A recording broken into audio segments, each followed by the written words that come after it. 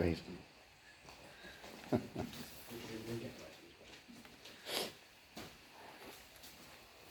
Yeah. I'll come to the readings in a second. One of the things that struck me when I was thinking about what I might say, I began to think about some of the times I've got my head very badly wrong in relation to what I've been reading when I've been reading the Bible. And one of these comes in one of the great parables, the parable of the sower. You know, Jesus is teaching, and people come to him and say, this kingdom that you're talking about, say more. And instead of saying, well, we're going to throw out the Romans, or Herod, that fox, was asking for it, he starts talking about very other things. And when I was little, the sower thing was always a very neat one, because there's an explanation of it in Mark's Gospel, which is a very prosaic explanation, which doesn't really go anywhere. I mean, the disciples are usually presented as not being plugged in, but they're more than unusually unplugged on this occasion, and he explains it all with much shorter words and bright colours. But the sower who goes out to sow, when I was little, I assumed, because I was a well-mannered, nice little boy, that the sower going out to sow was probably quite prudent and careful, and that most of the seeds simply was being aimed directly at the good soil, and that any that went into the thistles, or that was seized by the birds of the air, or that ended up on the rocks, it was a small amount, and it was pretty small of cost. But then you read it later on, and I owe this to Father Schillebeeckx, one of the great Dutch scholars of the 20th century, who said, no, if this is God, and if this is what the kingdom is like, then by our standards, God is mad, because this scattering of the word of God is being carried out by somebody who, in any farming community, would have been arrested. The seed is being flung into the thistles, off onto the path, up to the birds, all over the place. The graciousness and bounty of a God who is distributing the word of God is unfathomable. And that is something unsettling, because it's the way in which Jesus tells stories as a way of getting people to imagine themselves out of what they're looking at and into something else. And in a way, this is one of the things I want to say something a little bit about, which is about the importance of imagination, and something that a very great English bishop, John Taylor, once said, that in Christianity, faith is what we mean by imagination. Imagination is what we mean by faith. Being able to see the world perhaps differently, but being able to see it as it really is in order to see it really differently. What is really real and what is really possible. That's what we're talking about. And something of that is in those readings, because there is Isaiah in exile, in Babylon, telling the people of Israel about something quite different. Tegan used the word the tumultuous nature of things, and it's very easy to get caught up in the shouting and start shouting along. It had been a hellish time for the people of Judah. They were in exile. They had lost the plot comprehensively. There were doubtless many other ways in which their identity was being explained to them at the time.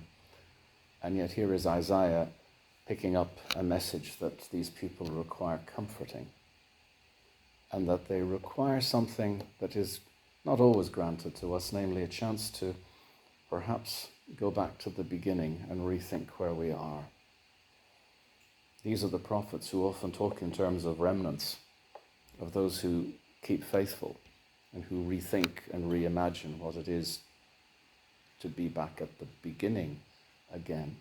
And one of the ways in which that reading picks that up, and again I'm borrowing some other scholar on this, is that language of highway, where Isaiah is told to create a great highway for the Lord.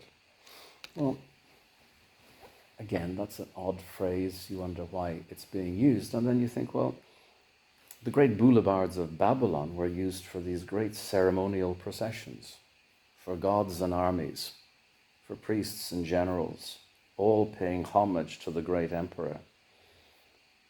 And Isaiah's imagination is seeing something quite different.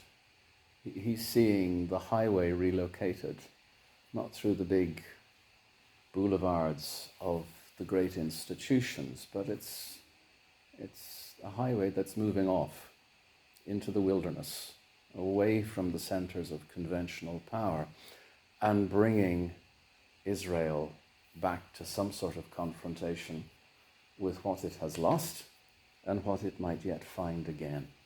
That's what the prophetic imagination does. It takes what's familiar, gives it a shake, and gets us seeing something quite different.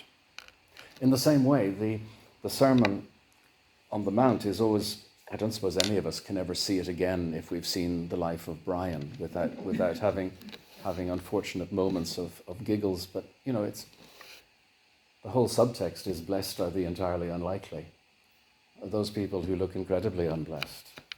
We are being asked to imagine a different kind of a world where things are not as we thought. Now, this is where I begin to dread being asked ever to speak in the context of worship, because my default setting is to go into lecture mode. So this is the bit where I'm allowing myself the luxury to do the lecture thing. For a long time, I remember thinking there's something very significant about this thing about imagination, but I didn't know quite what it was. And then I discovered a wonderful book by Mary Warnock, which was published in 1976, called Imagination. And it's one of my favorite books. And some years ago, the Trinity book sale was on, and very often people get rid of books with footnotes at that, and students can get them cheaply. And in a class I said, if any of you are free, go down, get a copy of this book if you can find it.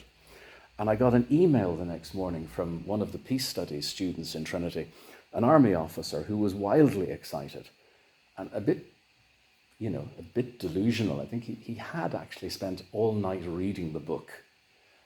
And he told me he was on the verge of being divorced because he kept nudging his wife to tell her all the lovely things he was finding.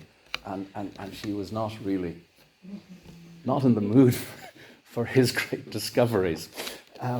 But he's still enthusiastic about it. And God love him, he's on his way off to Syria now to do an investigation into atrocities there. So imagination is something he needs.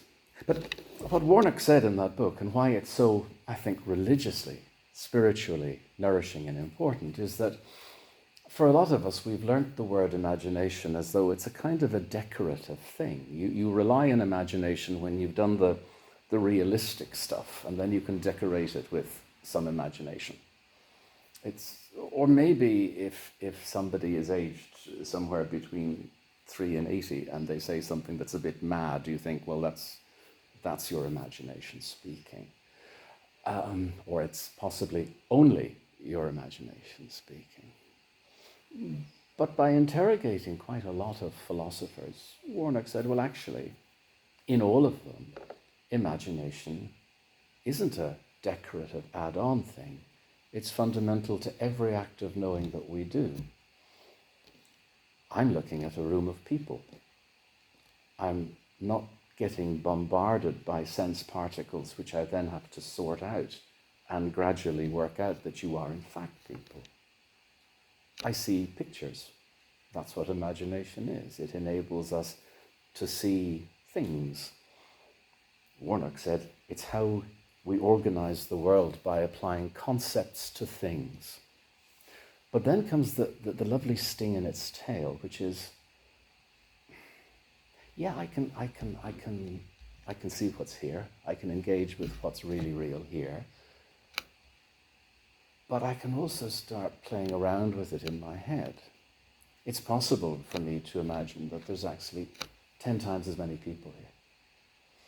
I can imagine that there's actually 5 people just like you sitting there. The mind can do these extraordinary things. We can think about things that are really real and things that are really possible. And imagination is at the heart of that. And that becomes religiously enormously potent when we talk about what it is to engage in any kind of relationship that we might call spiritual. The word spirituality is a bit slippery, and some of us are a bit suspicious of it, because sometimes when you get into the spirituality section in the bookshops, it seems to become a bit commodified. It's definitely a marketing product. But in the classic tradition, spirituality, somebody said, well, your spirituality is your capacity to relate. It's a capacity to relate with yourself, with other people, with the mystery that we call God. And those relationships can be nourished, or they can be diminished. They can rely on something more realistic in imagination, or they can become quite fantastical and unrealistic. And according to that, our spirituality is either grounded in a real world or taking us away out of it. And for that capacity of relationship to work at all, it relies on a well-nourished imagination. Being able to see where we're going, being able to negotiate the boundaries of our habitations, as the biblical writer says, relies on being able to imagine things the way they are and how they might become different, and how, given the imagination that Christ offers of what the kingdom is like, how might we begin to imagine in keeping with that and find ways not just to echo that imagination, but to look at our world the way that he looked at his, and find ways of anticipating this thing he called a kingdom. How do you live into it, as opposed to simply read about it as some sort of past vision? So that's important for us, is to being able to nourish our imaginations. A friend of mine works as a psychotherapist, and she said that sometimes when she's meeting with people who seem to be deeply stuck, they're having the same dream over and over and over again, or they know from their conversations that they've fixated on something and can't get off the topic, she sends them to spend a day in the National Gallery and to sit in front of pictures and see different things and bombard themselves with images that will disrupt whatever little rut we've got stuck into. We can get ourselves into somewhere more encouraging. Sympathy and empathy, they all require some serious use of imagination. It's just an ordinary thing, and yet it's also immensely extraordinary as we begin to look into ways in which we can imagine ourselves into the kind of imagination of the kingdom in which God is so unsettling, so worryingly unsettling, and a God who is in a place of much shouting and much judgment, trying to bring a word of comfort to people who are disorientated and bewildered. The great Scottish writer John McIntyre wrote a wonderful little book once about faith and imagination. And in that he said, amongst all the things about imagination and creativity and all of these good things, he said, well, actually what it comes down to, though, is when your imagination is well nourished, then it enables you to negotiate what he called the dark places of experience, where the familiar guardrails aren't there anymore. And we have to find new ways of placing one foot in front of another. And it's there that you can see how important it is to see that, yes, imagination is a good way of thinking of faith. Believing in a God who is the God of the realm of God pronounced by Jesus is an act of imagination. It's to look at this world as Isaiah looked at his, as Jesus looked at his, and see it for something that is emergent, but is really possible, and is therefore possibly real, and somewhere where we can take one step after another into a world that will emerge around about us.